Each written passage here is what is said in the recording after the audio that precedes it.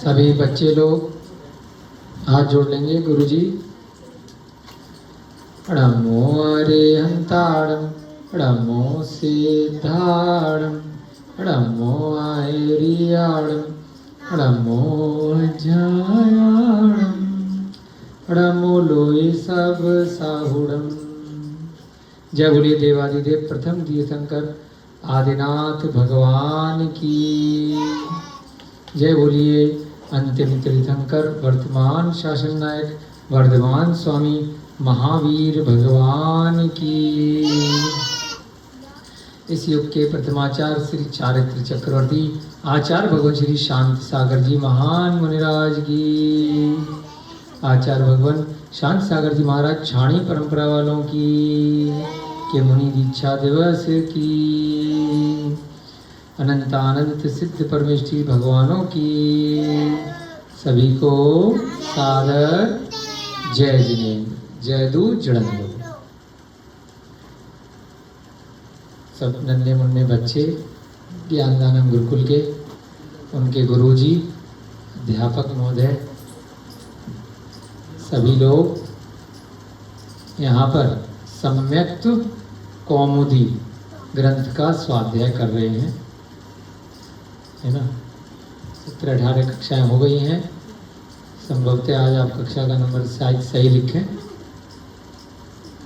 है ना, कल नहीं लिखा था। चलिए, तो हमारा धीरे धीरे करके, ज़्यादा तेज़ी से हम नहीं बढ़ रहे हैं, क्योंकि बीच बीच में कथा के साथ में स्वाध्याय जो चल रहा है, ग्रंथ जो बाद में जुड़े उनको दिखा देते हैं। इस प्रकार से सम्यक्त कौमुदी नामक ग्रंथ है, छोटा सा, है ना, आगरा से प्रकाशित है। आचार्य अजित सागर जी महाराज इसके संपादक हैं। पंडित पन्ना लाल जी साहित्याचार्य इसके हिंदी अनुवादक हैं।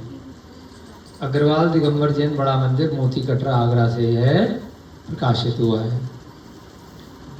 बड़ा ही सुंदर और वर्तमान योग में ही माना जाएगा, क्योंकि कहानियों का संग्रह है।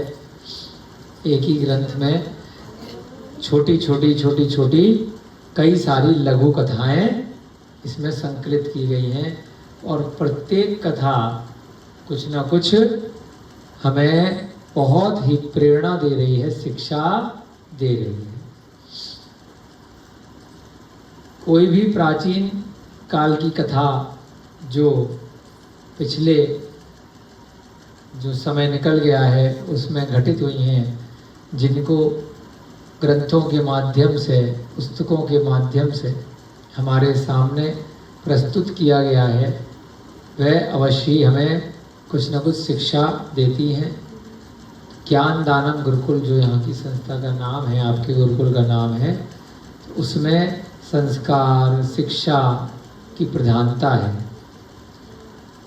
तो उसी दृष्टि से जो पिछले समय में जो काल निकल गया है, उसमें जिन जीवों ने जो भी कार्य किए हैं, उन्होंने अगर कुछ अच्छा किया है तो उसका क्या फल मिला, उन्होंने कुछ गलत कार्य कर दिया तो उसका भी उनको क्या फल मिला।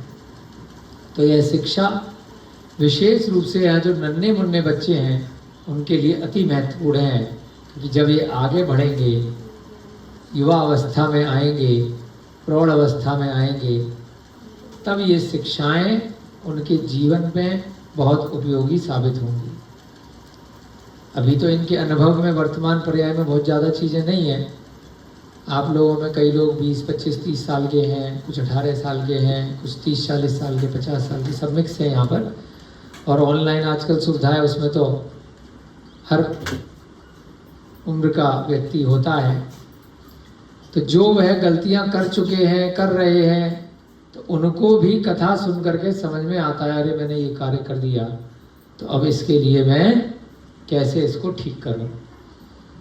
जो वह कार्य करने वाले थे, तो दूसरे का फल सुन करके, अरे मैं तो गलत कार्य करने वाला था, अब मैं नहीं करता हूँ, जिस प्रकार से उसको वह फल मिला था, कल को मुझे भी मिल सकता है। इस प्रकार से संसार में प्रतिदिन के क्रियाकलाप में आप लोग सावधान हो जाते हो।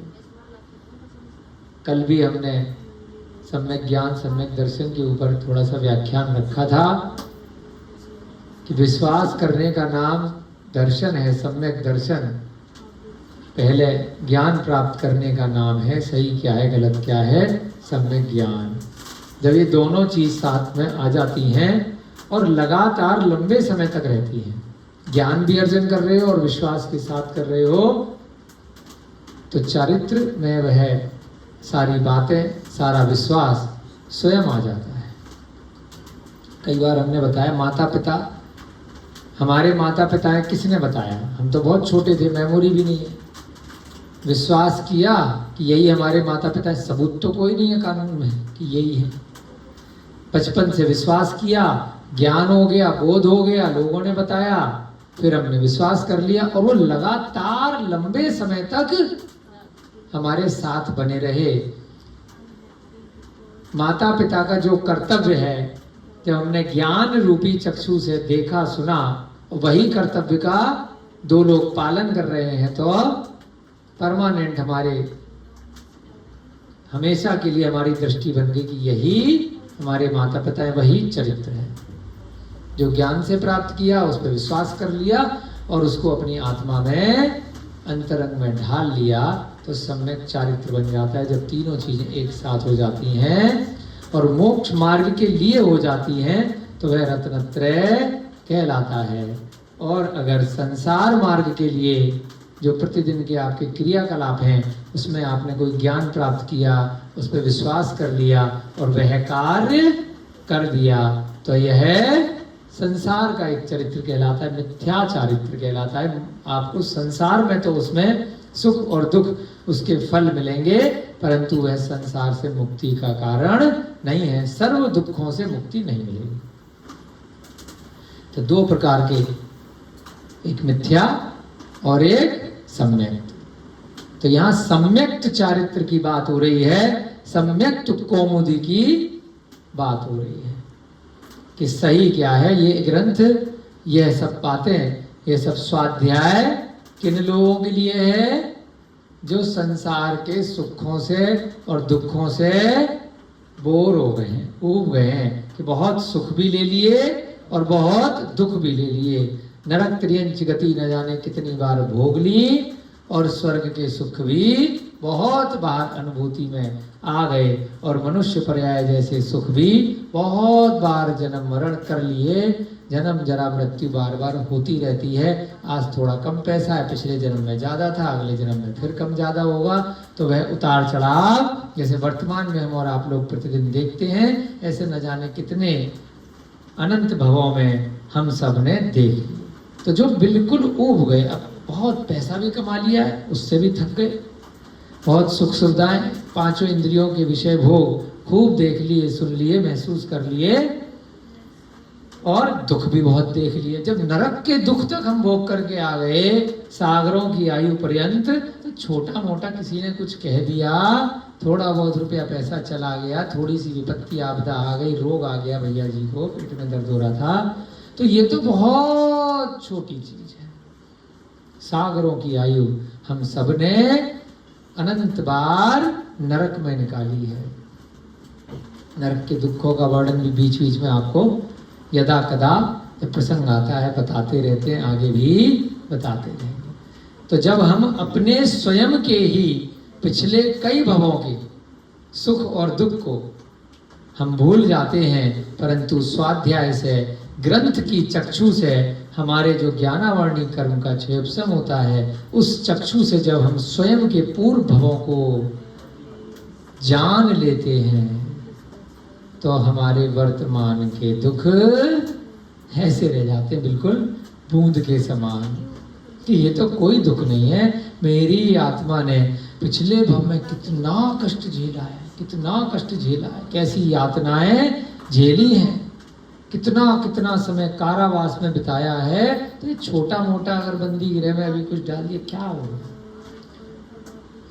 तो ये सब चीजें बहुत छोटी रह जाती हैं। तो उन लोगों के लिए बस ये कथाएं हैं। बहुत कम लोग ही ऐसी कथाओं को सुनने का निमित्त प्राप्त कर पाते हैं।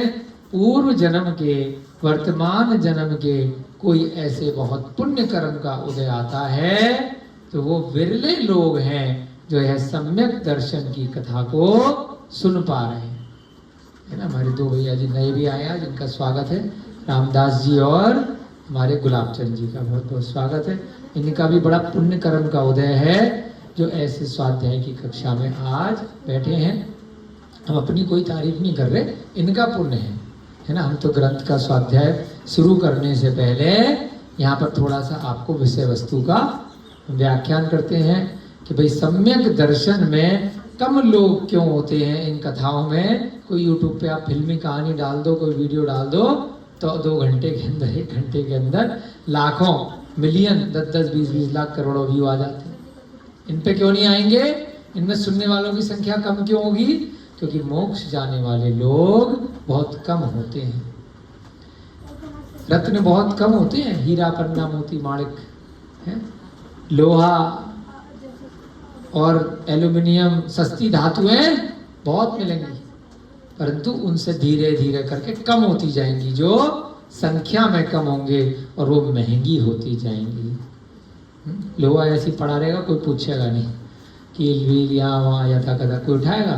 सोना इतना भी कहीं पड़ा मिल जाए आदमी पागल हो जाएगा, है ना। अगर पता चल गई जिसको पहचान है वो सोने की पहचान कर लेगा, और जिसको सोने की पहचान नहीं है, जिसको हीरे की पहचान नहीं है, वह उसको कोयला समझ के अंगीठी में भस्म कर देगा, है ना। कोई चीज जलाने के लिए उसको कोई पत्थर का टुकड़ा मिल गया हीरे का मोटा कहीं पर, तो उसे वो वैसे ही या तो चूरन बना देगा खल्लड़ में डाल करके किसी काम में, या उसे फेंक देगा, भस्म कर देगा।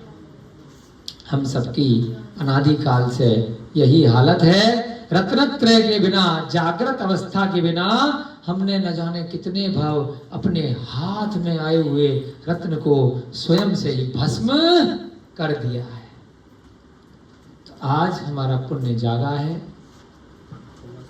कि जो हम उसकी पहचान कर रहे हैं। पहचान कैसे होगी? सम्यक ज्ञान से कि ये सोना है, और ये पीतल है, ये तांबा है, और ये तो स्टील के ऊपर बस पीला रंग कर दिया है, ये तो चांदी के ऊपर गोल्ड प्लेट कर दी है, गोल्ड प्लेटेड है। तो ये पहचान कैसे होगी? तो उसके लिए सारी कथाएं चल रही हैं। बहुत कम लोग हैं। कितने लोग मोक्ष जाते हैं एक बार में? 6 महीने 8 समय में कितने लोग मोक्ष जाते हैं मैंने भैया जी? हैं? 6 महीने 8 समय में कितने लोग मोक्ष जाते हैं? हैं? बताओ शास्त्री जी। 1%। 6 महीने यानी कि मोटा मोटा अगर 30 दिन का पीरियड ले लें तो 180 दिन लगभग। नियम है अनादिकाल से मात्र 608 जीव, 608 लिख लो यहाँ पे। 6 महीने 8 समय में 608 जीव इस संसार से निकल करके सिद्ध परमेष्ठी बनते हैं। अनादिकाल से ये नियम चला आ रहा है, और इतने ही जीव निगोदिया से निकल करके इस व्यवहार राशि में संसार में आते हैं। 3 लोक में नीचे निगोदिया जीव हैं, एक इंद्रिय जीव जो ठसाठस भरे हुए हैं, नित्य निगोद, जो कभी निगोद से निकले ही नहीं। उन सब से हम कितने लकी हैं, कितने भाग्यशाली हैं। कम से कम संसार में तो घूम रहे हैं, चाहे चींटी बन के घूमे, चाहे मच्छर बन के घूमे, चाहे बकरे बन के घूमे, चाहे हाथी बन के घूमे, चाहे शेर बन के, गधा, घोड़ा, मच्छर, मक्खी, सुअर बन के भी घूमे। लेकिन उस निगोदिया जीव की तुलना में हम कितने भाग्यशाली हैं, कम से कम संसार में तो आए हैं। 6 महीने 8 समय में नियम से 608 जीव संसार में आते हैं नीचे से, और इतने ही जीव जो संसार में आ गए हैं उनमें से कुछ विरले जीव 6 महीने 8 समय में 608 जीव मोक्ष चले जाते हैं। संसार कभी खत्म नहीं होता, अनंत जीव भरे पड़े हैं 343, घनराजू का यह 3 लोक है। अब याद रहेगा कितने जीव निकलते हैं गोद से? 608, 6 महीने 8 समय। और कितने जीव मोक्ष जाते हैं? 608। 608 को मोटा मोटा अगर 180 से भाग किया जाए कितना आएगा? गणित पढ़ा रहे थे ना बच्चों का, तो परीक्षा लेते हो आप, बताओ। 2 दूनी 4, 4 दूनी 8। 608 को अगर 180 से भाग किया जाएगा तो प्रतिदिन का एवरेज आ जाएगा। एक दिन में लगभग 3 से 4 के बीच। 18 दूनी 36, 18 किया 54, 540 है ना। तो लगभग 3-4 जीव, किसी दिन 5 चलेगा, किसी दिन 3 चलेगा, ऐसे एवरेज निकल जाता है। 6 महीने 8 समय में टोटल 608 ही बैठेंगे। तो मात्र कितने जीव प्रतिदिन मोक्ष जा रहे हैं? 608 जीव। बिना सम्यक दर्शन के कोई जीव मोक्ष नहीं जाएगा। एक बार जिस जीव को सम्यक दर्शन हो गया तो उसकी मोक्ष की टिकट पक्की हो गई है ना। इतनी आसानी से छूटने वाला नहीं है। एक बार हो गया तो अभिषेक जी कंफर्म कर लेना, टिकट तो पक्की है। अब ट्रेन में जाओगे या पैदल जाओगे या बस में जाओगे, तेजी और कम रफ्तार की गाड़ी में जाओगे कि हवाई जहाज में जाओगे, बात अलग है, परंतु टिकट कंफर्म है। जितने बच्चे, बूढ़े, यहाँ औरतें जितनी बैठे हैं और जो भी सुन रहा है वो सब भव्य जीव हैं। हम अपने आप को अभव्य क्यों बोले? इस संसार में जीव राशि में 2 प्रकार के जीव हैं, एक भव्य और एक अभव्य। भव्य जीव मोक्ष जाते हैं, अभव्य बेचारे नहीं जाते हैं। भव्य जीवों को ही यह ग्रंथ सुनने का सौभाग्य प्राप्त होता है, सम्यक दर्शन प्राप्त होता है। तो जिस प्रकार से 608 जीव 6 महीने 8 समय में मोक्ष जाते हैं, तो लॉजिक अगर लगाया जाए तो 608 जीव ही मात्र सम्यक दर्शन की प्राप्ति कर पाते हैं। तो एक दिन में नए जीव जो सम्यक दर्शन की प्राप्ति करेंगे, पूरे संसार में 343 गणराजु में, जहां एक इंद्रिय जीव भी ठसाठस भरे पड़े। कितने जीव बस सम्यक दर्शन की नई प्राप्ति करते हैं? एवरेज 3-4 जीव। 6 महीने में बस 608 जीव ही प्राप्त करते हैं। तो 3-4 जीव ही नए सम्यक दर्शन की प्राप्ति करेंगे। समझ में आ रहा है ना? थोड़ी कैलकुलेशन समझा रहे हैं, है ना भाई। तीसरी कक्षा में कौन आएगा जो दूसरी कक्षा पास करेगा? तो तीसरी कक्षा में अगर हर साल 30 बच्चे पास होते हैं तो दूसरी कक्षा में भी 30 ही होंगे ना। भाई बस सारे ना बहुत साधारण शब्दों में समझा रहे। क्यों पंडित जी, अमन जी? फिर इसी हिसाब से पहली कक्षा में भी 30 बच्चे पास होंगे। तो हम सब अभी पहली कक्षा पास करने वाले हैं। तो इसलिए यहाँ पर बहुत कम लोग नए जुड़ेंगे, है ना। 2 लोग जुड़ गए ना आज, नहीं है ना। तो बहुत पूरे संसार की बात कर रहे हैं। पूरे संसार में बस 3-4 नए लोग ही ऐसे जुड़ते हैं जो नए नए सम्यक दर्शन के उनके भाव बनते। विश्वास होता है जैन आगम के ऊपर, द्वादशांग के ऊपर, गौतम गणधर की वाणी पर, पूर्वाचार्यों की वाणी पर बहुत कम लोगों को नया नया विश्वास होता है। इसीलिए कहा कि नॉर्मल कथा डालोगे तो 1 लाख 1 घंटे में आ जाएंगे। यहाँ पर 2-4 लोग ही जुड़ेंगे। तो घबराना नहीं है, उतने ही लोग चाहिए, अपने को भी और उनको भी। अपने निमित्त से, अपने पुण्य कर्म से आ रहे हैं। संसार का मतलब 3 लोगों से किया जा रहा है। 3 लोग, ऊर्ध्व लोग, मध्य लोग और अधो लोग, सब में मिला करके है। परंतु मनुष्य गति में खाली 45 लाख योजन का जो 2.5 द्वीप है उसी में ही मनुष्य लोग है। जम्बूद्वीप, लवण समुद्र के बाहर घातकी खंड, घातकी खंड के बाहर कालोदधी समुद्र और कालोदधी समुद्र के बाहर अर्ध पुष्कर द्वीप, और उसके बाहर जो रेखा है गोल गोल मानुषोत्तर पर्वत, उसके पार मनुष्य गति में नहीं जाते। देवगति में जाओ, गति में जाओ, बहुत सारी और गतियों में जा सकते हो, परंतु मनुष्य गति से ही मोक्ष की प्राप्ति है। सम्यक दर्शन के बाद में संयम अगर कोई धारण कर सकता है, नियम अगर कोई धारण कर सकता है, एक देश व्रत या महाव्रत कोई धारण कर सकता है, दीक्षा कोई ले सकता है, अणु व्रतों को धारण कर सकता है, तो केवल मनुष्य ही कर सकता है।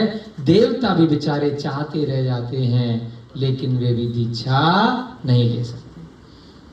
तो इस प्रकार से यहाँ पर अपने को क्या करना है, प्रतिमान योग के ग्रंथ से ज्ञान प्राप्त करना है। लगातार ये ज्ञान चलता रहेगा, प्रतिदिन कक्षा चलती रहेगी। आप अपना नियम से जब भी आपको समय मिलेगा स्वाध्याय, नियम, पूजन नित्य प्रति करते रहेंगे, इसका चिंतन करते रहेंगे, अपना सामायिक इत्यादि करते रहेंगे, तो आपको चरित्र धारण करने की जरूरत नहीं है, वो आपकी आत्मा में अपने आप आ जाएगा। जैसे माता पिता मेरे हैं, पूर्ण विश्वास हो गया, अंतरात्मा में आ गया, तो वो चरित्र धारण हो गया। तो अपने आप स्लोली स्लोली स्लोली स्लोली कब आप बाहर का खाना छोड़ दोगे, कब आपके वस्त्र छूट जाएंगे, कब हाथ में पीछी कमंडल आ जाएंगे, पता ही नहीं चलेगा। महिलाएं हैं तो कब माताजी बन जाएंगी, कब वैराग्य आ जाएगा, कब परिग्रह छूट जाएगा, कब ममत्व छूट जाएगा, कब मोहनीय कर्म धीरे धीरे अपने आप छूटता चला जाएगा। अपने आप से ही चारों कषाय धीरे धीरे मंद मंद कम होने लग जाएंगी। पांचों पाप अपने आप होगा, कुछ करना नहीं पड़ेगा। करना क्या है, निरंतर उसका अभ्यास करना है। विश्वास डगमगाना नहीं है, पक्का विश्वास करते रहना है, करते रहना है, करते रहना है। तो क्या हो जाएगा विश्वास, छायक सम्यक दर्शन, अब क्षय होने वाला नहीं है। तो अब ऐसे ही उसी सम्यक दर्शन के लिए यमदंड लोकपाल हैं हमारे, वो किसको, अपने राजा को 4 दिन से समझा रहे हैं, लगातार समझा रहे हैं। 1 दिन में विश्वास करेगा, 2 दिन में करेगा, 3 दिन में करेगा, 4थे दिन में करेगा, मान ही नहीं रहा है। फिर भी हार यमदंड लोकपाल नहीं मान रहा है, अपना प्रयत्न प्रयास कर रहा है, क्योंकि जान बचानी है। जान बचे तो लाखों पाए, लौट के बुद्धू घर को आए। तो अगर जो है नहीं कोशिश करेगा अंतिम सांस तक, तो जल्दी मर जाएगा। तो इसलिए क्या कर रहा है, अब 5वें दिन की कथा भी आगे बढ़ा रहा है। 5वें दिन सभा में बैठे हुए राजा ने फिर पूछा, आओ बेटा आओ। अरे यमदंड, चोर को देखा? उसने कहा, हे देव, मुझे कहीं नहीं दिखा। राजा ने कहा, फिर इतना अधिक काल क्यों लगाया, लेट क्यों आए, आप लोग कक्षा में लेट क्यों आए?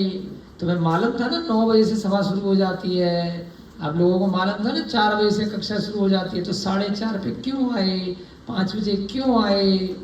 अरे गांव के बाहर एक कथाकार कथा कह रहा था, कोई ना कोई तो बहाना लगाएंगे ना बच्चे, अरे वो मिल गया था, ये मिल गया था, मेरा दोस्त आ गया था, ये आ गया था, फोन पे बात कर रहा था, हैं? तो अब वो मूवी देख रहा था, यूट्यूब देख रहा था। गांव, यमदंड ने क्या कहा, गांव के बाहर एक कथाकार मिल गया, एक कथा कह रहा था, मैं उसे सुनने के लिए बैठ गया। अतएव बहुत समय लग गया, अतएव माने इसलिए टाइम खराब हो गया। राजा ने कहा, कोई बात नहीं बेटा, मुझे सब मालूम है, तेरा टाइम पास 5वां दिन हो गया, तो भी यही हम भी यही सुना। राजा ने कहा, वह कथा मेरे लिए कही जाए। क्या सुना रहा था गांव के बाहर? उसने कहा, तथास्तु, सुनो, हम सब लोग भी सुनेंगे। नेपाल देश में पाटली नाम की नगरी, अच्छा पहले भी था नेपाल, मुझे हमें लगा कि अभी नया नया बना है। अरे वही वाला होगा। वर्तमान में जो मिथिलापुरी है वह भी नेपाल पहुंच गई है, इसलिए इस क्षेत्र का नाम ऐसी अनुभव में आया, विचार में आया कि भारत देश में कोई मिथिलापुरी नहीं है, तो यहाँ सोनपुरा ग्राम में छोटी सी मिथिलापुरी आप लोगों के समक्ष बन रही है, बनने जा रही है, तो इसी को नेपाल मान लो। नेपाल देश में पाटली नाम की नगरी है, मिथिलापुरी में क्या हुआ था? नमीनाथ भगवान के कल्याणक और मल्लीनाथ भगवान के कल्याणक, दो तीर्थंकरों के कल्याणक मिथिलापुरी में। वहीं पर राजा जनक का जन्म हुआ, वहीं पर सीता माता का जन्म हुआ, इसीलिए उनका नाम जानकी पड़ा, मिथिलापुरी के नाम पर मैथिली पड़ा। तो ऐसा यहाँ क्षेत्र राजा जनक और सीता माता का, यहाँ पर मल्लीनाथ भगवान का क्षेत्र आपके सामने भविष्य में बनने जा रहा है। तो वहां पर एक नगरी थी, जैसे यहाँ पे सुनपुरा नगरी है, पाटली नाम की नगरी। क्या नाम है? पाटली। पोटली नहीं है, पाटली है। उसके राजा का नाम है वसुंधर। अभी कौन सुना रहा है? जो यमदंड लोकपाल है, वो राजा को 5वें दिन भी टाइम पास कर रहा है। क्यों कर रहा है?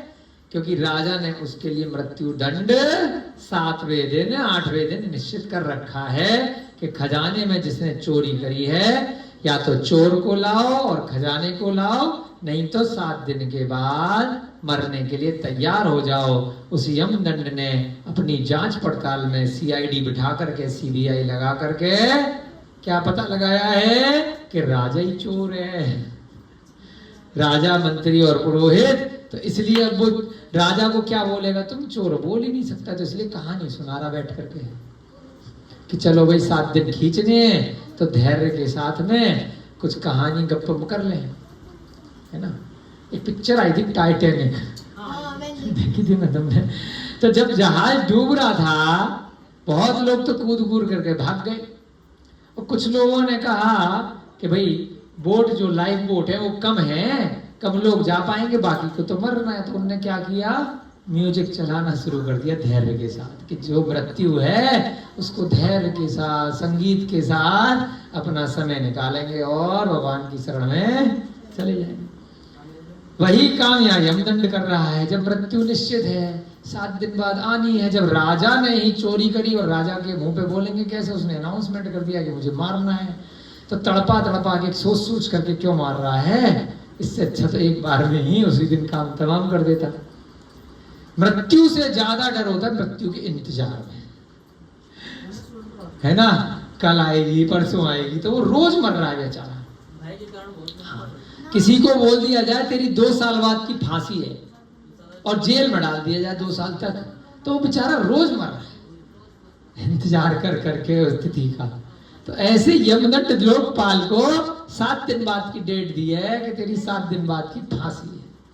अब वो बेचारा सम्यक दर्शन के साथ बैठ करके कथा वाचन कर रहा है कि ठीक है, धैर्य के साथ में 7 दिन तक एक रोज रोज नई नई कहानी सुना देते हैं। क्या पता मुझे राजा का हृदय थोड़ा सा पसीज जाए, थोड़ा सा जागृत हो जाए, और इसने स्वयं जो चोरी करी है वह जनता के सामने या मेरे सामने बता दे कि भैया मैं तो मजाक कर रहा था, है विजय, मैं तो तेरी परीक्षा ले रहा था, तू परीक्षा में उत्तीर्ण हो गया, अब इसलिए तेरे को मृत्यु दंड नहीं देंगे। तो इसलिए वह राजा को कथाओं के माध्यम से, कहानियों के माध्यम से पटा रहा है, क्षमा मांग रहा है, क्योंकि डायरेक्ट क्षमा तो मांग ही चुका है कि मैंने कुछ नहीं किया।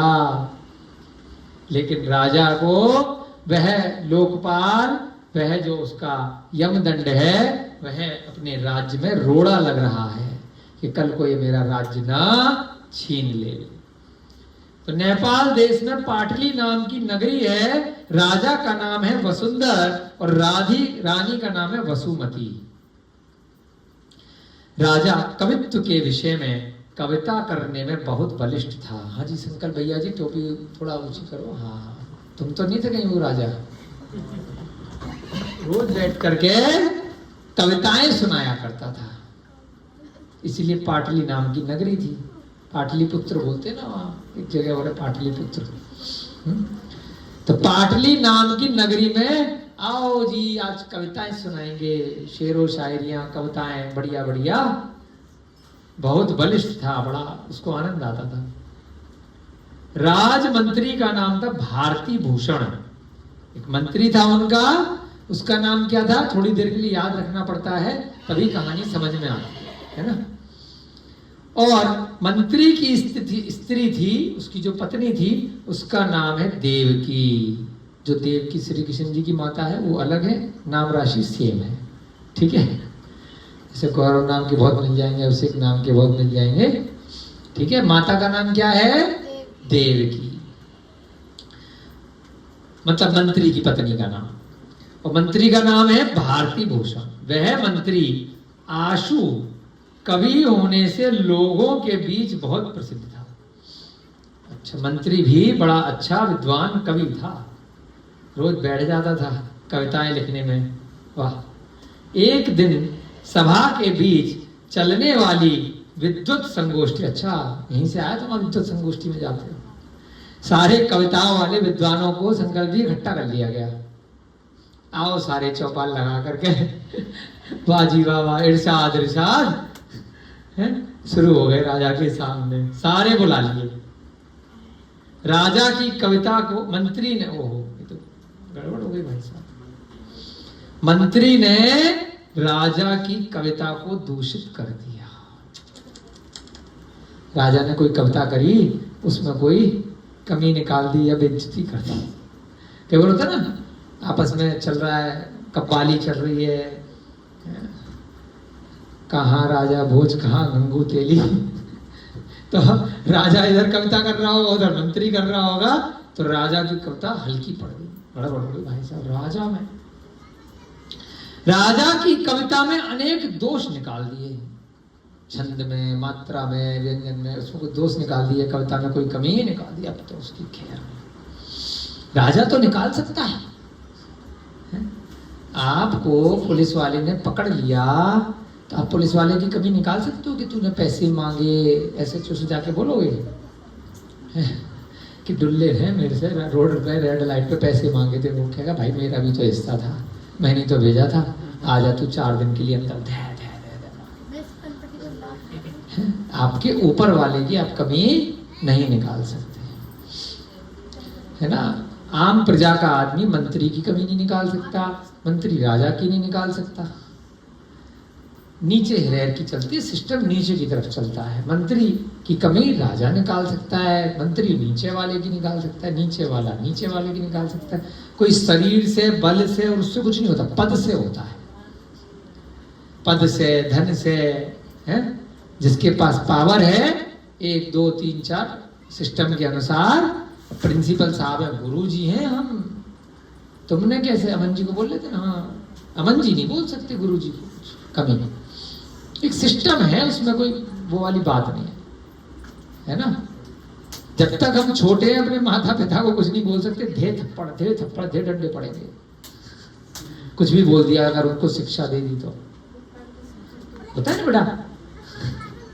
तो यहां मंत्री ने क्या गलती करी? राजा की कविता में कमी निकाल दी। तो इस अनुभव के आधार पर यमदंड लोकपाल अपने राजा की गलती नहीं बता रहा कि तुमने सोना चुराया है और मुझे झूठा फंसा रहे भाई साहब ना।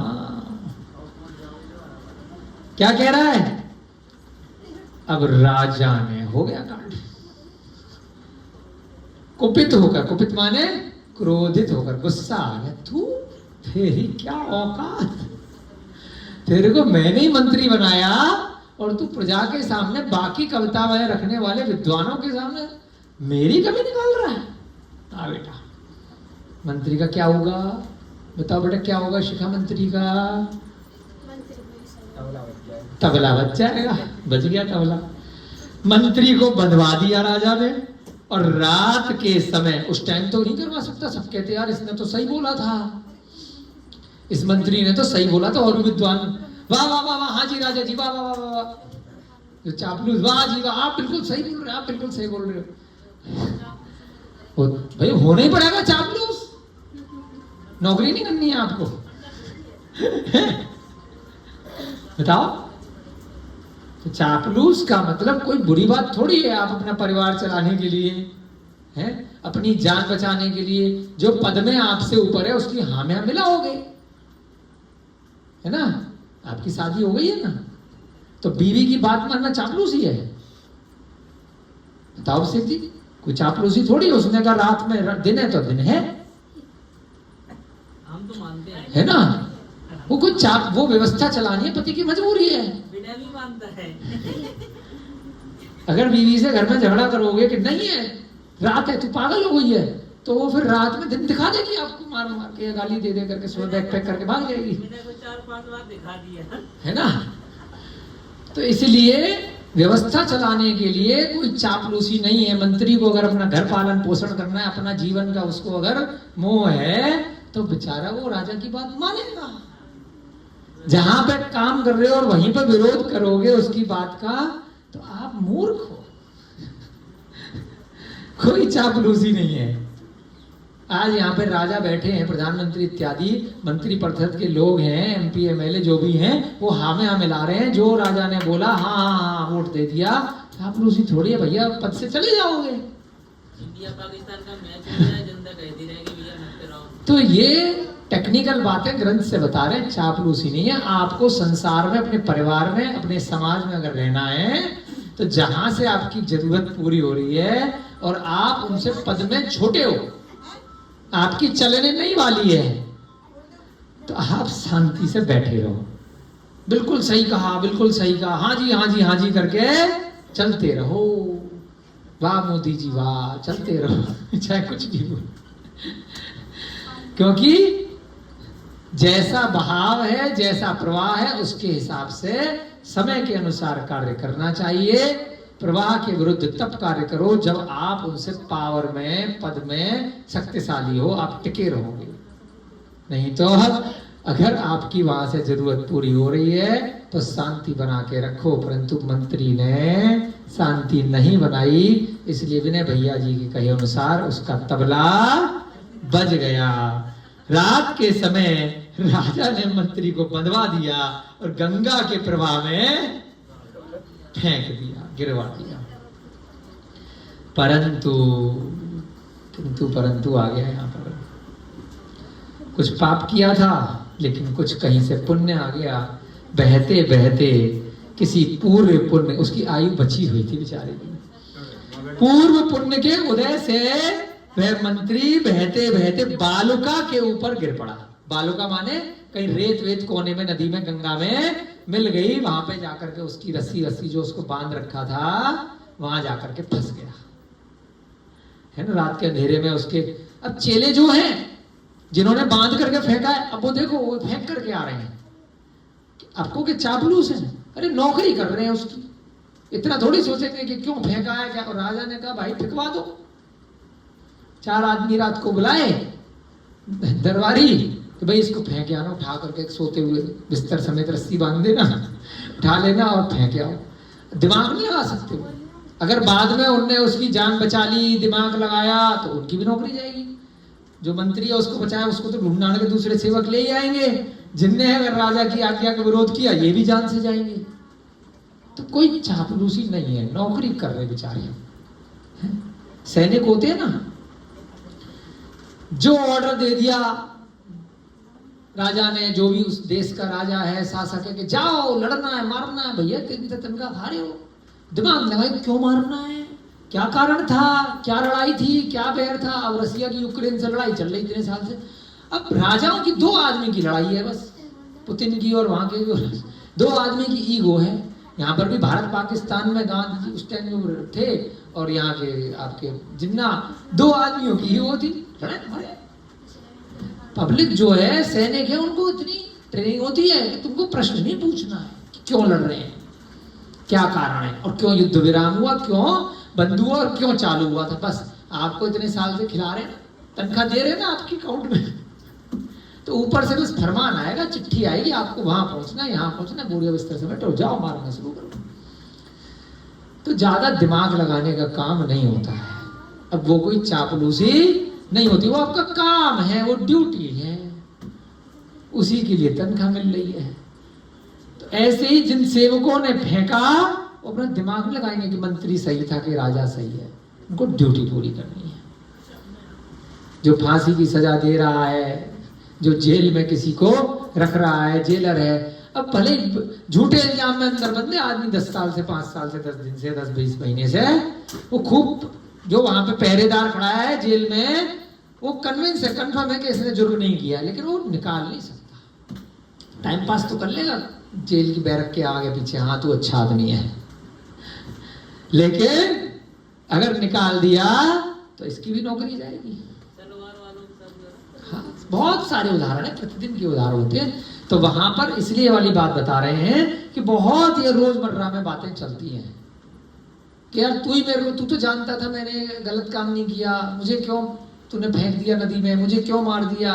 भाई मेरी मजबूरी है, मुझे अपने बच्चों का पेट पालना है, मेरे पास यही एक नौकरी है, तेरे चक्कर में मैं अपनी नौकरी थोड़ी ढूंढूंगा, उसमें ऊपर वाले ने आज्ञा दी है, मैं उसकी नौकरी कर रहा हूँ, काम कर रहा हूँ, मुझे वह कार्य करना है, और मेरे में इतना दिमाग नहीं है कि वो काम सही है कि गलत है। तो यहाँ पर वह मंत्री जिसको बांध करके नदी में फेंका गया था, जिसका नाम था भारती भूषण, उसकी गलती क्या थी? राजा के कार्य में हाँ में हाँ नहीं मिलाया था, अपनी अरे इसमें ये कमी, इसमें ये कमी, ये लाइन में कमी, अरे चुपचाप बैठा रहता है यार, फिर मतलब मैं अपनी मौत को न्योता दे रहा है खाली पीली बुद्धि लगा करके। वन में, रण में, शत्रु, जल और अग्नि के मध्य में, महासागर में, पर्वत के शिखर पर सोए हुए प्रमत्त अथवा विषम रूप में स्थित मनुष्य की उसके पूर्व कृत पुण्य ही रक्षा करते हैं। कहीं किसी कारण से कोई पाप का उदय आ गया तो अब बचेगा कैसे? या तो भैया नमोकार मंत्र पढ़ ले, जैनी हो तो, और आयु बची होगी तो बच जाएगा। वर्तमान मंत्र पढ़ ले, भैया जी बताते हैं। नमोकार मंत्र तो तभी बचाएगा जब आयु बची होगी, आयु नहीं बची होगी। और पहले कितने ही पाप कर रखे हो, कितने नमोकार मंत्र पढ़ लो, कितनी हनुमान चालीसा पढ़ लो, हैं लोगों को पीड़ा दे करके आए हो, मार करके आए हो, मांस खा करके आए हो, दुराचार करके आए हो, तो कोई नमोकार मंत्र नहीं बचाएगा तुम्हें फांसी के तख्त से। केवल ड्रामा है, कर्म भी तो कुछ होने चाहिए। या आगे के लिए माफी मांगो अंतरात्मा से कि अब कर लिए, अब नहीं करूंगा, तब धीरे धीरे करके पिछले पापों की निर्जरा होने लग जाएगी। जब कंफर्म हो जाएगा हाँ ये बच्चा सही बोल रहा, अब नहीं करेगा, पक्का हो गया इसका समय अंदर से। वन में यानी कि जंगल में, रण में यानी कि रणभूमि युद्ध भूमि में, शत्रु सामने से आ गया बस मारने वाला है, और जल में समुद्र में फंस गए, तैरना आता नहीं है, अग्नि के मध्य में, घर में मकान में आग लग गई है और बीच में हो, महासागर में फंस गए हो, पर्वत के शिखर पर पहुंच गए हो, और सोए हुए प्रमत्त अथवा विषम रूप में, ऐसी विषम परिस्थिति में आ गए हो जहां से निकलना बहुत मुश्किल है, फिर भी मनुष्य की अगर जान बच जाती है, होता है ना अचानक से आ गए वो एम्बुलेंस वाले, फायर ब्रिगेड वाले, आग लग गई थी, 4 दिन बाद आपका भूकंप आ गया, घर के नीचे दब गए मलबे में, 4 दिन बाद किसी ने निकाल लिया, फिर अखबार में हेडलाइन, जाको राखे साइयां मार सके ना कोई। तो भैया बाकी जो 200-400-500 मर गए उनका कोई साइयां नहीं था, है ना? 500 तो मर गए, 5 आदमी जिंदा बच गए। क्या कारण है? भगवान की दृष्टि में सारे इंसान एक जैसे हैं, तो भाई उनसे कौन सी दुश्मनी थी जो मर गए? इसी से क्यों प्यार था जो बच गया 5 दिन बाद, 10 दिन बाद, 1 महीने बाद? उसके अपने पुण्य कर्म थे, उसकी आयु थी, उनकी नहीं थी। सबके अपने अपने पाप पुण्य का खेल है। सारी की सारी आत्माएं सब पृथक पृथक हैं, इंडिपेंडेंट हैं, इंडिविजुअल हैं, अलग अलग हैं, है ना? सबका अपना अपना कर्म, अपना अपना उदय, अपना अपना पाप, अपना अपना फल, अपना अपना पुण्य, अपना अपना उसका विपाक। फल को विपाक भी बोलते हैं। तो जैसे जो कर्म करेगा उसके हिसाब से मिलेंगे। पाप किया था तो भूकंप में दब गए, कुछ पुण्य बाद में उदय में आ गया, कुछ दान दक्षिणा दी थी उसकी वजह से बाद में बच गए कि भैया अभी तेरा समय इसी पर्याय में, इसी भव में बचा है। तो यहां पर क्या कहा इन्होंने कि मंत्री बालुका के ढेर में जाकर के फंस गया। और कैसे बचा? क्योंकि उसका अपना पुण्य का उदय आया। जंगल में, याद रखना ये जो लाइन लिखी, कभी जंगल में आप फंस के बच गए, कभी युद्ध भूमि में बच गए, शत्रु से भी बच के निकल गए, है ना। बहुत विपत्ति हमारे साथ, आप सबके साथ आती है। ये जो ग्रंथ है किसी एक व्यक्ति के लिए नहीं है, हर व्यक्ति अपने अपने पूर्व अनुभव को एक एक लाइन में ले सकता है। हर व्यक्ति अपने विचार करे, हर जीव अपने विचार करे। इवन जो जानवर भी हैं, अगर वह जाति स्मरण के माध्यम से इस ग्रंथ के कुछ शब्दों को सुन रहे हैं तो जानवर भी इस बात की अनुभूति अपने अनुभव में ला सकते हैं कि मैं जानवर क्यों हूं। जाति स्मरण हो जाता कई बार जानवर को ना, वो कहते हैं ना कि मेमोरी, पूर्व जन्म का इसको ज्ञान हो गया, इसको पिछले जन्म के वो आ गए, पिछला जन्म बता रहा है। तो जैन धर्म के अनुसार उसको क्या बोलते हैं? जाति स्मरण। जिस मनुष्य के पास पूर्व पर्याय में किया हुआ विशाल पुण्य होता है, पहले के भव में खूब पुण्य करा है, आप लोग भी कर रहे हैं ना, सब बच्चे लोग, बड़े लोग, या जीव जंतुओं की रक्षा कर रहे हैं, अच्छा स्वाध्याय सुन रहे हैं, रोज अभिषेक नित्य प्रति करते हैं, देखते हैं, अनुमोदना करते हैं। अगर किसी मनुष्य के पास पिछले जन्म का खूब सारा पुण्य इकट्ठा है, पुण्य समझते हो ना, जो काम आप खुल के बिंदास कर रहे हो, और पाप जिसके लिए आप कमरा बंद में अंधेरे में कर रहे हो, कोई देख ना ले, सबको पता है कौन सा पाप है कौन सा पुण्य, सब कहानियां हैं, सबको पता होता है। बच्चों को भी पता होता है कि ये चीज मैंने चोरी करी है, ये मेरी नहीं है ना। ऐसा कुछ नहीं है कि किसी को नहीं पता है, गलती से हो गया, गलती से कभी कोई पाप होता ही नहीं है। इसीलिए चींटी तक को भी सजा है पाप करने की, कुत्ते तक को भी सजा है। ये बच्चा भी अगर उस बच्चे को थप्पड़ मारेगा, गाली देगा, मारेगा, पीटेगा, इसकी वस्तु उठा लेगा तो इस बच्चे को भी पाप लगेगा, क्योंकि कर्म सबके साथ हैं। चींटी के भी साथ हैं, हाथी के भी साथ हैं, मनुष्य के भी साथ हैं, जानवर के भी साथ हैं। जानवर की पर्याय से भी सीधे नरक में एंट्री है, क्योंकि वे भी पाप करते हैं, तो उन्हें भी पता है कि मैं गलत काम कर रहा हूं। एक मांसाहारी पक्षी एक दूसरे पक्षी के बच्चे को अगर खा रहा है, एक बड़ी मछली एक छोटी मछली को खा रही है, तो उसे मालूम है मैं गलत काम कर रही हूं। इसीलिए मछली भी 7वें नरक तक जा सकती है, मछली का जीव, है ना। तो लेकिन जिसको जानकारी है उसको ज्यादा पाप पड़ेगा, जिसको थोड़ी जानकारी कम है उसको कम पड़ेगा, लेकिन पड़ेगा जरूर। जिस मनुष्य के पास पहले की पर्याय में किया हुआ विशाल पुण्य होता है, उसके लिए भयंकर वन प्रधान नगर बन जाता है। पूरा की पूरा भयंकर शेर, चीते, सांप, बिच्छू, अजगर, इन जीवों से भरा हुआ जंगल भी उस पुण्यशाली व्यक्ति के लिए एक सुंदर नगर बन जाता है, महल बन जाता है। किसके लिए बने? भगवान राम जब वनवास के लिए गए लक्ष्मण और सीता के साथ, जहां जंगल में पहुंचते थे तो वहां के वन के देवता उनके अयोध्या से भी सुंदर देव महलों का निर्माण पलक झपकते ही कर देते थे। क्यों? पिछले भवों के पुण्य के कारण से। खाली चले थे बस एक तीर कमान लेकर के, ऐसे ही खड़ाऊ लेकर के चल दिए, कुछ सामान लेकर के नहीं गए। फिर भी जहां जाते थे वहां नगर बस जाता था, वहां का राजा खुद नीचे बैठ जाता था और राम लक्ष्मण को ऊपर बिठा देता था कि आप मेरे राजा। उनके गुणों के कारण, उनके पूर्व भव के पुण्य के कारण। तो ऐसे ही अगर आपके पास पुण्य है तो आपको परेशान होने की जरूरत नहीं है कि आपका सब कुछ लुट गया, सब कुछ बर्बाद हो गया, अगले दिन उससे ज्यादा आ जाएगा। अपने पुण्य पे, अपने सम्यक दर्शन पर आप अडिग विश्वास करो कि जब आत्मा मेरे पास में है तो इस शरीर भी नहीं रहा, तो दूसरा शरीर जब बढ़िया मिल जाएगा तो यहाँ पे थोड़ा सा धन वैभव संपत्ति कुछ भी परिग्रह के थोड़े बहुत सामान चली भी गए तो उससे ज्यादा मेरे पुण्य से बहुत ज्यादा आएगा, मुझे उसकी कोई आवश्यकता नहीं है। पुण्यशाली व्यक्ति के पास सभी मनुष्य उसके लिए सज्जनता को प्राप्त होते हैं। आसपास के लोग आते हैं, बहुत अच्छे से व्यवहार करते हैं, किसके साथ? जिसका पुण्य तेज चल रहा है। अथवा सभी लोग उसके स्वजन हो जाते हैं, आत्मीय जन हो जाते हैं।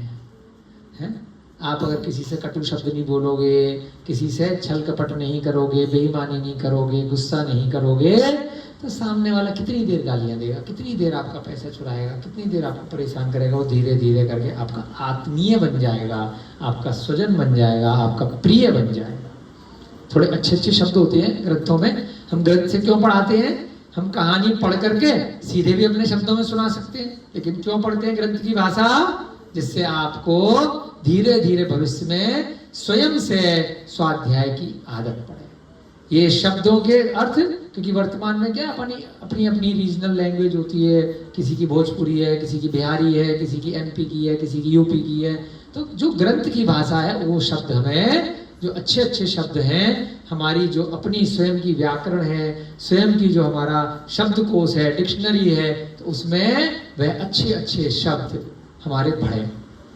तो इसलिए जैसे आप अपने स्कूल में, कॉलेज में ग्रंथ की भाषा से पढ़ करके फिर जब एग्जाम लिखते हो, कुछ बच्चे रट लेते हैं तो ग्रंथ की भाषा जो किताबों की थी वही लिख दिए, और कुछ बच्चे रट नहीं पाते तो अपने भावों में उसको लिख देते हैं। पास दोनों हो जाते हैं। जिसने कुछ यहाँ की भाषा लिखी है और कुछ अपने शब्द जोड़े हैं, उसके नंबर ज्यादा आते हैं। जो केवल यहीं का कॉपी पेस्ट करता है तो टीचर कहता नकल तो नहीं मारी, नीचे किताब रख के है, बिल्कुल ही छाप दिया, इसका मतलब पक्का चीटिंग करी है, तो वह 0 नंबर भी आ जाता है। एकदम रट लेगा तो रिस्क ज्यादा है। तो इसलिए अपने को क्या करना है? थोड़ा ग्रंथ में पढ़ना है, थोड़ा चिंतन करना है, थोड़ा अपने अपने अनुभव के आधार पर अपने अपने विचारों में उसको समझना है और समझाना है। तब वो चीज कैसी हो जाती है? पक्की हो जाती है। वह फिर आगे आप लंबे समय तक नहीं भूलेंगे। तो यहां पर क्या कहा? उसके स्वजन, आत्मीय जन। आत्मीय जन माने उसके अपने हो जाते हैं। कौन लोग? जो उसके विरोधी भी हैं। क्यों हो जाते हैं? क्योंकि सज्जन राजा है, सबसे अच्छे से व्यवहार करता है और उसका पुण्य बहुत तेज चल रहा है। समस्त पृथ्वी उसके लिए उत्तम निधि तथा रत्नों से परिपूर्ण हो जाती है। जो बाकी की जहां जिस स्थान पर रह रहा है इतना खुश हो जाता है, खूब रत्न है ना, खूब निधि, निधि भी रत्न का पर्यायवाची, उसको खूब धन संपत्ति वैभव सुख सामर्थ्य सब मिलता है। किसको? जिसका पुण्य तेज चल रहा है। जब तक पुण्य है, जब तक सारे चेले चपाटे हैं, चमचे हैं, आत्मीय हैं, शत्रु भी मित्र बन जाता है। और जिस दिन पुण्य समाप्त हो जाता है तो अपना ही भाई आपको मार देता है। श्री कृष्ण जी अर्ध चक्रवर्ती नारायण कंस को मारा, जरासंध को मारा। जब तक पुण्य था तो इतना सा अंगूठा हिलाते थे, बड़ी बड़ी चट्टानें हिल जाती थी। कोटि शिला को उठा डाला जब पुण्य था, और जब पुण्य छीड़ हुआ तो दीपायन मुनि ने पूरी द्वारका जला डाली और अपने ही भाई के हाथों किसी जंगल में भटक रहे थे बलराम और कृष्ण, पानी मांगते रह गए और अपने ही भाई ने अचानक एक छोटे से तीर में काम तमाम। श्री कृष्ण का आज भी पूजा हो रही है। कितने बड़े भगवान, कितने बड़े महापुरुष, 63 सलाह का पुरुष में आते हैं, भविष्य के तीर्थंकर। निर्मल सागर के नाम से भविष्य के तीर्थंकर बनने वाले, परंतु पिछले भाव में आयु कर्म पूरा हो गया। तो उदाहरण आया हरवंश पुराण में कि ऐसा कैसे हो गया, ऐसा कैसे हो गया कि इतने हल्के से व्यक्ति से मारे गए और कहां कहां कितने बड़े बड़े युद्ध लड़ लिए, लाखों करोड़ों अरबों लोगों को एक तीर में निपटा देते थे। जब रुक्मिणी को लेकर के आए, कैसे कैसे बड़े बड़े युद्ध करे। क्यों? पुण्य छीन हो गया। पुण्य अब जितना कोटा था पूरा हो गया, मटका रखा है, जितना पानी था पानी अब खत्म हो गया। धीरे धीरे धीरे धीरे अब बोतल खाली होगी, अब मटके की आयु पूरी हो गई, अब शरीर की आयु पूरी हो गई। तो इसलिए कितना भी बलिष्ठ व्यक्ति हो, कितना भी धनवान व्यक्ति हो, कितना भी वैभवशाली व्यक्ति हो, जब उसकी आयु पूरी हो जाएगी, आयु कर्म पूरा हो जाएगा, तो ऐसे ही धक्के से गिर करके मर जाएगा। एक झटके में हार्ट अटैक आ गया। बालुका के ऊपर स्थित मंत्री ने विचार किया। अब वो मंत्री जो गिर गया था नदी में, रेत में फंसा हुआ है, रस्सियों से बंधा हुआ है, कवि कवि को सहन नहीं करता है। तो सोच रहा है बेचारा, है मैं भी तो कवि हूं और राजा भी तो कवि है, बताओ बिना बात के नदी में फेंक दिया। एक कवि दूसरे कवि को सहन नहीं कर पा रहा, क्या गलती है? कुछ शिक्षा ही ग्रहण कर लेता मुझसे, मैंने छोटी मोटी कमी तो बताई थी, थोड़ा बुद्धिमान होता तो सीख लेता और उसको ठीक कर लेता, करेक्शन कर लेता। कवि कवि को सहन नहीं कर रहा। यह जो लोक में प्रसिद्धि है वह सत्य है, आज देख लियो, पंगे नहीं लेने चाहिए थे, तो पहले ही प्रसिद्धि को अपना लेता, शांति से बैठता। गधा, बैल, घोड़ा, जुआरी, पंडित और बालक में एक एक को सहन नहीं करते और एक एक के बिना रहते भी नहीं है। गधे गधे आपस में लड़ते रहते हैं, या बैल रहते हैं ना, बैल भी लड़ते रहते हैं, घोड़े भी लड़ते हैं। दो जुआरी एक साथ जुआ खेल रहे हैं, जैसे ही एक जीतेगा दूसरा उसका सर फोड़ने लग जाएगा, और दोनों को एक दूसरे का साथ भी चाहिए जुआ खेलने के लिए। तो गधा गधे के बिना नहीं रहेगा, बाद में लड़ेगा। बैल बैल के बिना नहीं रहेगा, बाद में लड़ेगा। घोड़ा भी ऐसे लड़ेगा, जुआरी भी ऐसे लड़ेगा, पंडित भी ऐसे ही लड़ेगा। पंडित लिख तो ना नाम के आगे। एक पंडित ने दूसरे पंडित की कमी निकाल दी तो सहन नहीं हो रही। एक वास्तु शास्त्री ने दूसरे वास्तु वाले की, तू मेरा धंधा खा रहा। एक वकील ने दूसरे वकील की निकाल दी है? एक बालक ने, दो बालक हैं बैठे ना 20-25 बच्चे, बालक बालक के बिना रह भी नहीं सकते क्योंकि खेलना है साथ में और आपस में लड़ेंगे भी। इतना बढ़िया उदाहरण लिखा है। बालक में एक एक को सहन नहीं करते और एक एक के बिना रह भी नहीं सकते, खेलना भी इकट्ठे, पीटेंगे भी इकट्ठे। ग्रंथ की भाषा है, सारा इन ग्रंथों में वर्तमान की बात भी आ जाती है कि जो सृष्टि में चल रहा है। जैसा कहा है, दुष्ट मनुष्य शिष्ट मनुष्य को कामी व्रति से, चोर स्वभावतः जागने वाले से, पापी धर्मात्मा से, भीरू शूरवीर से और कवि कवि से क्रोध करता है। रात में चोरी करने के लिए आया तो उसको गुस्सा किस पे आएगा? जो गार्ड घूम रहा है लालटेन लेकर, टॉर्च लेकर के। चोर जागने वाले से, उसका दुश्मन कौन है? जागने वाला। पापी का दुश्मन कौन है? धर्मात्मा। दुष्ट मनुष्य का दुश्मन कौन है? शिष्ट मनुष्य। भीरू, भीरू माने जो डरता है। डरने वाले का दुश्मन कौन है? शूरवीर, जो किसी से डरता नहीं है। और कवि का दुश्मन कौन है? दूसरा कवि, है ना? क्योंकि वही उसमें कवि निकालेगा, उसी को तो पता होगा। नहीं तो अंधों में तो काना राजा होता है। एक कवि और दूसरा कवि बैठ गए तो वह दोनों आपस में एक दूसरे की, कभी कभी सम्मेलन होता है ना, तो क्या है का सम्मेलन है कि मेरी कविता ज्यादा बढ़िया है कि तेरी कविता ज्यादा बढ़िया, मेरे पे ज्यादा ताली कि तेरे पे ज्यादा ताला है।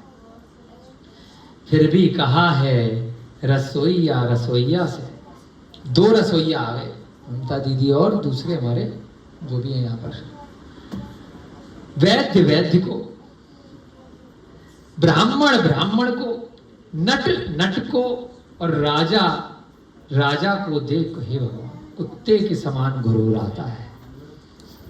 कैसे कैसे उदाहरण दिए हैं शास्त्र में कि एक रसोईया ने जैसे ही दूसरा रसोईया देख लिया, ऑफिस में एक सीए ने दूसरा सीए देख लिया, एक वकील ने दूसरा वकील देख लिया, तो उसे डर लग गया कि मेरा काम न चला जाए। एक अकाउंटेंट ने दूसरा अकाउंटेंट देख लिया, एक लड़की जो कंप्यूटर चला रही है दूसरी नई लड़की आ गई, एक मंदिर का काम देख रहा है दूसरा हो गया, यार मेरे को खतरा है। एक खाना बनाने वाले ने दूसरा खाना बनाने वाले को देख लिया उसी जगह पे, एक डॉक्टर ने दूसरे डॉक्टर को देख लिया, वैद्य ने वैद्य को, एक ब्राह्मण है, हम नहीं कह रहे भैया, शास्त्र की अनादिकाल की भाषा है, तभी वो प्रत्यक्ष हो रही है। कंपटीशन से व्यक्ति को डर लगने लगता है कि मेरी नौकरी, मेरा काम नहीं चला जाए। ब्राह्मण को देख रहा है और डर लग रहा है। नट बोलते हैं जो नाटक करते हैं ना, नौटंकी करने वाले, नट को, और राजा ने अगर दूसरे राजा को देख लिया तो उसे देख करके अगर कुछ कर नहीं पा रहा, तो 2 रसोइया रख लिए ना काम कराने के लिए, निकाल तो एक रसोइया तो दूसरे को निकाल नहीं सकता, बराबर की पोस्ट पे है ना। क्यों विजय भैया, कैमरे वाले 2 रख लिए, तो आप क्या करोगे? बगल में उसी को देख करके,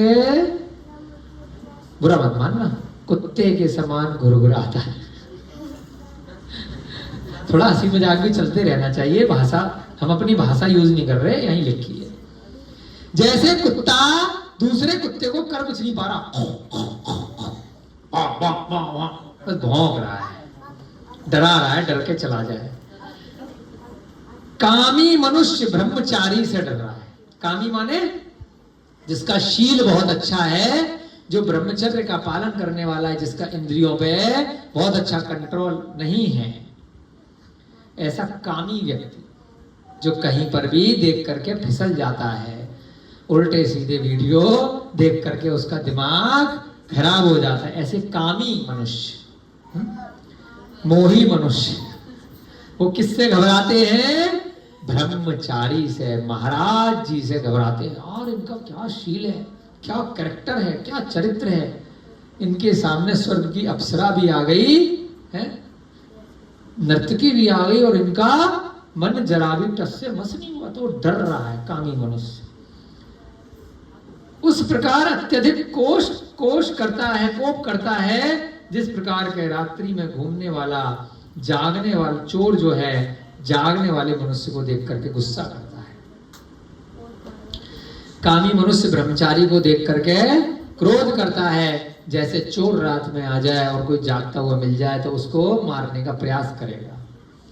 इतने में वो सोच रहा है, कौन सोच रहा है? जो बालुका में फंस गया है। कौन? मंत्री, रस्सी से बंधा हुआ। इतने में ही नदी का पूर आ गया, बालुका के साथ साथ पूर माने किनारा आ गया।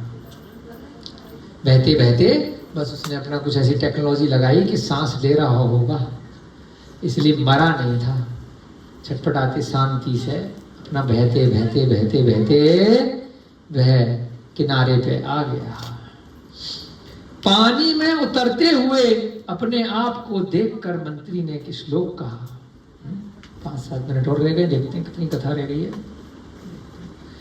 अब पानी, जिस जल के द्वारा बीज, एक श्लोक लिख दिया। कविता, कवि तो था ही, वहां पर भी उसको कविता लिखने की सूझी संकल्प भैया। जान बची तो लाखों पाए। जिस जल के द्वारा बीज उत्पन्न होते हैं और जिस जल से वृक्ष उत्पन्न होते हैं, उस जल के बीच में मर जाऊंगा। अहो, शरण देने वाले से भय उत्पन्न हो गया। अभी वो बचा नहीं, अभी कोने में आया है, लेकिन बंधा हुआ है। अभी कोई बचाने वाला तो है नहीं, बाहर कैसे निकलेगा?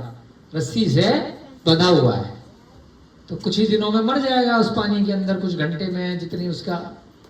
तो वह अब मन में ही, अब लिखित में तो लिख नहीं रहा, कॉपी पेन डायरी तो है नहीं, मन में ही कविता लिख रहा बैठ करके। क्या लिख रहा है? इसी जल के द्वारा बीज बोया जाता है। आपने मिट्टी में बीज बोया, पेड़ बनेगा? सूखी मिट्टी में जब तक जल नहीं गिरेगा, खाद नहीं डलेगी, है ना। इस जल के द्वारा ही बीज उत्पन्न होता है, इस जल के द्वारा ही वृक्ष बनता है, और उस जल के बीच आज मैं मरूंगा। जिसने शरण दी उसी से भय हो गया। ये लाइन जरूर आ रही है हर कथा में। क्यों आ रही है? क्योंकि राजा, आप मेरी शरण हो और आप ही आज मुझे दंड दे रहे हो, कत्ल दे रहे हो। आज रक्षक ही भक्षक है, तो इसलिए वह कहानी के अंत में ये लाइन जरूर जोड़ देता है ना, कि जल ही मेरी शरण था, उसी से आम आते थे, अनन्नास आते थे, आंवला आता था, जामुन आते थे। आज उस जल में ही मेरी मृत्यु निश्चित है। फिर भी नीचे की ओर बहते हुए जल को देख करके, एक तो मरने तो वाला है लेकिन नीचे भी देख रहा है, वहां से जल बह भी रहा है। सज्जनों में श्रेष्ठ मंत्री ने अन्योक्ति के रूप में उच्च स्वर में एक श्लोक पढ़ा। वहां कोई सुन नहीं रहा है, मुंह तो चल रहा है, देखो मुंह पे रस्सी नहीं है, रस्सी काहे पे बांधी है उसके शरीर में, हाथों में बांध दी है जिससे कि वो तैर नहीं पाए। अब वो जोर जोर से श्लोक पढ़ने लगा। अच्छा लग रहा है तो इसलिए पूरा श्लोक पढ़ेंगे, उसके बाद आपकी कक्षा समाप्त करेंगे। हे जल, जोर से चिल्ला रहा है, वहां कोई सुनने वाला नहीं है, हम भी थोड़ा जोर से चिल्ला रहे हैं माइक पे जिससे आप लोग सुन लो। बाहर कोई सुनने वाला है कि नहीं क्या पता कोई आ जाए। जल से ही बात कर रहा है। हे जल, तुम में शीतलता नाम का प्रसिद्ध गुण है। पता है राजा वाजा तो कोई है नहीं, तो जल तू ही मुझे बख्श दे भाई। हे जल, तुम में शीतलता नाम का प्रसिद्ध गुण है, तुम शीतल हो, ठंडे हो। फिर स्वाभाविक स्वच्छता है, तुम में स्वभाव से ही कितने नीट एंड क्लीन हो, स्वच्छ हो। तुम्हारी पवित्रता को मैं क्या कहूं, क्योंकि जिसके संग से दूसरे पदार्थ शुचिता को प्राप्त होते, तुमसे तो कीचड़ साफ हो जाती है। दूसरे पदार्थ, कोई गंदा पदार्थ, हम जल में जाएंगे तो कहते हैं ना गंगा में जाकर के पाप धुल जाएंगे, कपड़े तो धुल जाते हैं, पाप नहीं धुलते। जाकर के आपका शरीर तो धुल जाएगा, आप जाकर के कपड़े तो धो लेते हो, क्योंकि पाप कोई नदी में नहीं धुलेंगे। पाप तो आपकी आत्मा के ऊपर जो लगे हुए हैं वो तो यहीं से धुलेंगे, जो पढ़ रहे हैं अंतरात्मा से धुलेंगे। अंदर ले गए अगर गंगा का जल, अंतरंग में ले गए, और किस कारण से वह पाप लगे थे, वो पाप के कारण को ढूंढ लिया और उसके हिसाब से काम कर लिया, तो बिना गंगा में नहाए भी पाप धुल जाएंगे, बिना हरिद्वार ऋषिकेश जाए भी पाप धुल जाएंगे। और हरिद्वार ऋषिकेश बद्रीनाथ वहां जाकर के अगर मांस खाया, वहां कुरीतियां करी, वहां ब्रह्मचर्य का पालन नहीं किया, वहां लोगों के प्रति क्रोध, मान, माय, लोभ इत्यादि 5 कषाय, 4 कषाय और 5 पाप किए, तो काहे के पाप धुलेंगे और नए पाप लगा करके आ जाओगे। तो यहां पर वह जल से बात कर रहा है कि हे जल, तुम्हारे संग यानी कि तुमसे संपर्क में आने के बाद कोई भी वस्तु साफ हो जाती है, शुचिता यानी कि क्लीन हो जाती है,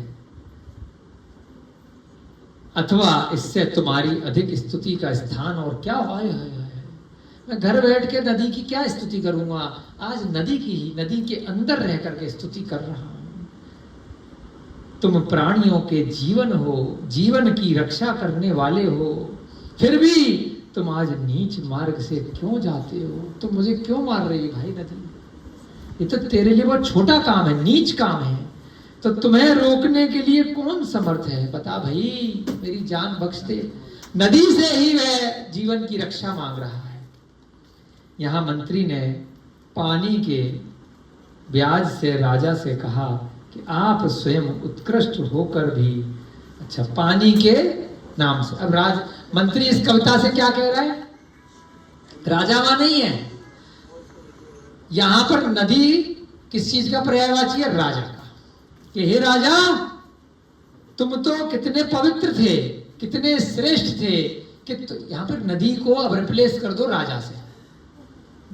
कविता का मतलब क्या होता है, शब्द कुछ और है, उसका भाव कुछ और है, उसमें हिडन अर्थ निकालना है, छुपा हुआ अर्थ निकालना है।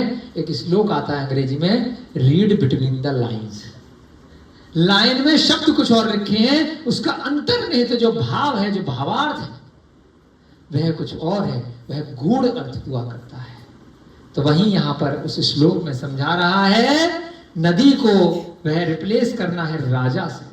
यहां पर मंत्री ने पानी के बहाने से राजा से कहा है कि हे राजा, आप स्वयं उत्कृष्ट होकर भी नीच मार्ग से चल रहे हो।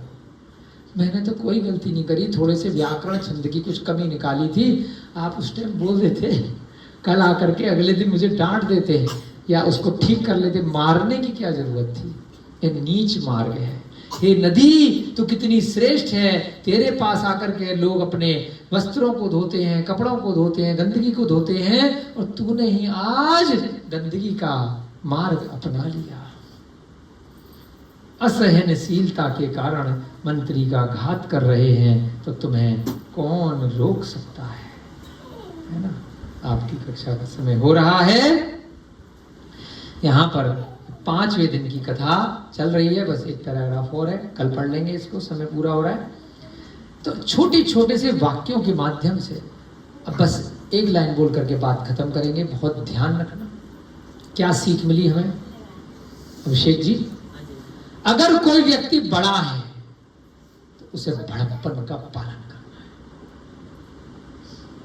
पद में बड़ा है, उम्र में बड़ा है, आयु में बड़ा है, पिता है, तो वह छोटा नीच कार्य नहीं कर सकता। छोटे लोग कर सकते हैं, लड़ाई झगड़ा चोर उचक्के। आपको अपने पद के अनुरूप कार्य करना है। राजा ये कार्य नहीं कर सकता। नदी का काम है अन्य वस्तुओं को साफ करना, नदी गंदा नहीं कर सकती। आज हम यह संस्था में बैठे हैं, बाकी लोग कुछ भी करें, हमें इस पद पे बैठने की वजह से, इस कार्य को करने की वजह से, कोई मुनि महाराज हैं, कोई चारित्र का धारण करने वाले व्यक्ति हैं, अरे सब लोग तो ये काम कर रहे हैं, सब लोग तो झूठ पी रहे हैं, सब लोग तो शराब पी रहे हैं, हम कर सकते हैं क्या? भड़कपन के कारण सब कर रहे हैं।